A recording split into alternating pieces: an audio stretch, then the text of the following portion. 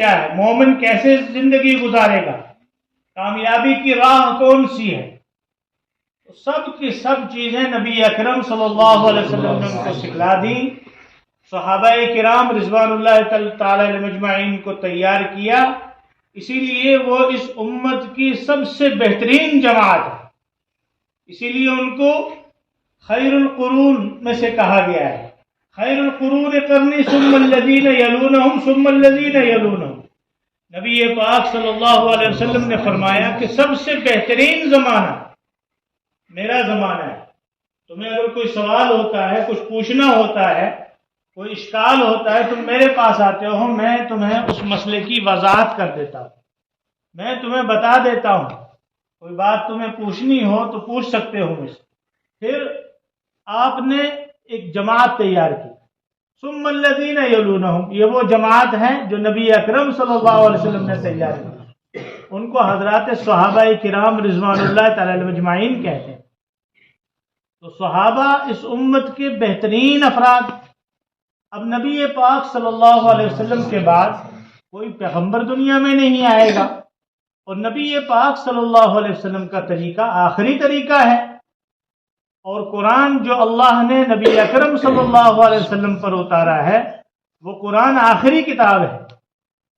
اب نبی پاک صلی اللہ علیہ وسلم کے بعد کوئی دنیا میں نئی کتاب نہیں آئے گی، کوئی دنیا میں زندگی جینے کا کوئی نئی طریقہ نہیں آئے گا، نہ کوئی نیا قانون اور نیا مذہب اللہ کی طرف سے آئے گا.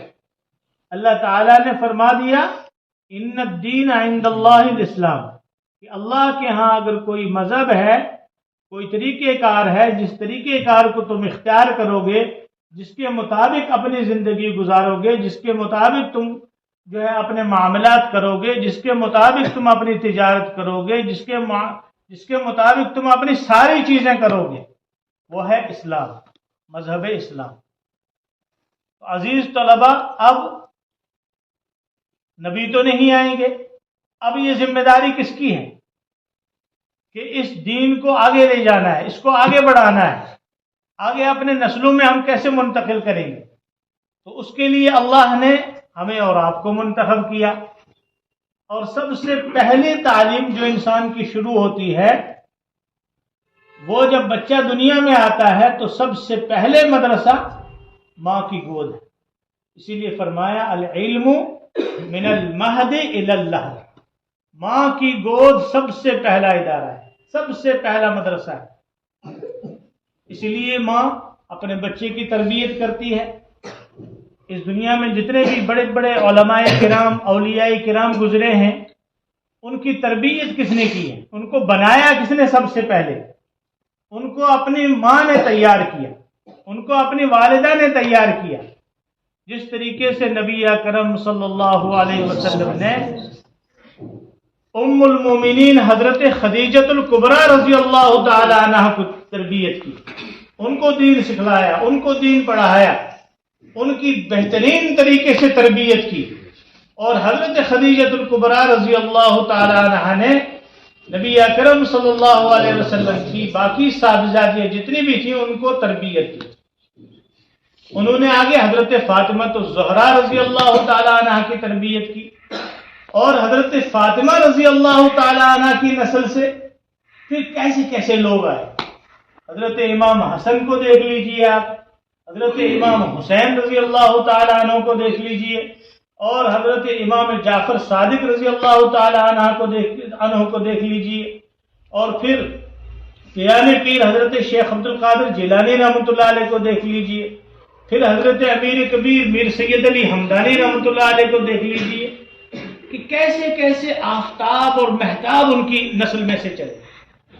یہ کس کی تربیت کا اثر ہے؟ یہ اس ماں کی تربیت کا اثر ہے.